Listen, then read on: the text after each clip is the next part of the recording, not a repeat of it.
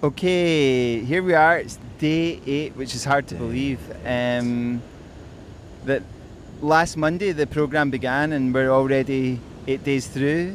In some ways, it's felt really long, but in some ways, it's felt really, really quick. Yeah, I almost feel like I'm in kind of a dreamland. So, like, home is a bit fuzzy. I'm just quite happy here, sitting with the Indian Ocean over there, and just getting into the flow of being here. And I just feel very relaxed, very calm. And I think the big thing for everybody listening is what happens when you remove as many distractions as you can. What happens to your mind? You think, wow, that's my first thing. You're very focused. Yeah, I mean, I think like it's still possible to go somewhere like here and still have all your regular mind stuff going on. I remember a friend telling me once that Buzz Aldrin said I went all the way to the moon and I still couldn't get away from myself. Right? So, good quote. That's a good one. Right.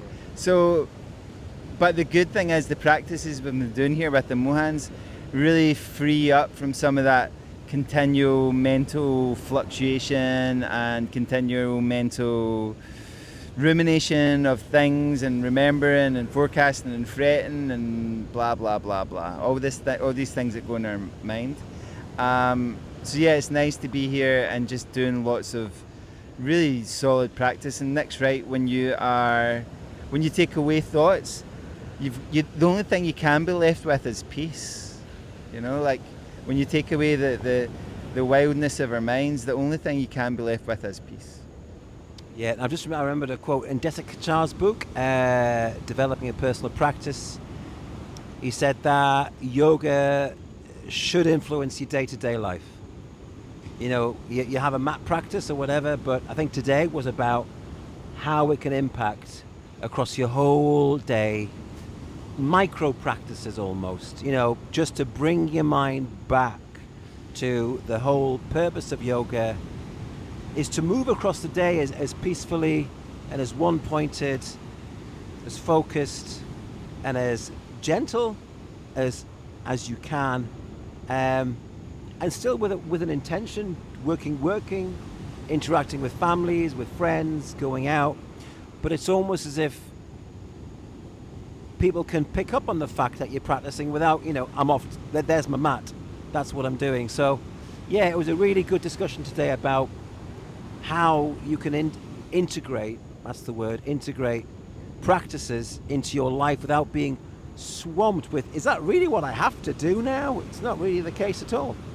Yeah, we did a beautiful session that I've never actually done with the Mohans before, where we split into groups of 5 or 6, and we discussed how we could integrate like Nick says, integrate the practices that we've learned into our day, just very simply. Like was said in one of the other videos, before you get out your bed, just say to the earth, like, I appreciate you, I'm going to step in you, forgive us for anything we do that is harmful to you. It's just a beautiful thing to do, like, and to have an intention that you will be more compassionate to the earth and more compassionate to other people. Yeah, there was lots of little practices. I mean, things like, not getting upset around the interactions of the day, reducing your speed, pulling away from, cars, just being more mindful about when you maybe get angry, what triggers you. These sorts of little things. But you do that with a formal practice, and you can do that with being focused on your breath and being centered around, I'm pointing here, being centered around here. That's the personal share. That works for me. Just breathing from here. And just calms you down, makes you centered throughout the day. So when you arrive at a meeting or arrive at a yoga class and you may be a bit late, you don't come storming in. You're okay. You're centered, you're steady, and you're in the right place at the right time. So it wasn't about shapes today. It really was about practice in its overarching kind of back to the point about how can you practice during the day when you're not on the mat, and that was really useful. Everybody got a lot out of it. Yeah, I think, my teachers call yoga Svasta yoga, not because it's a trademark or a copyrighted name. It's because it's to bring you this feeling of Svasta. And everything we spoke about today was with the intention that everything you do in life to try and bring it to a steadier, calmer, peaceful, more pleasant state, a more pleasant life. It's really a desirable thing, It's not a wishy-washy or gymnastic thing, Like it's a beautiful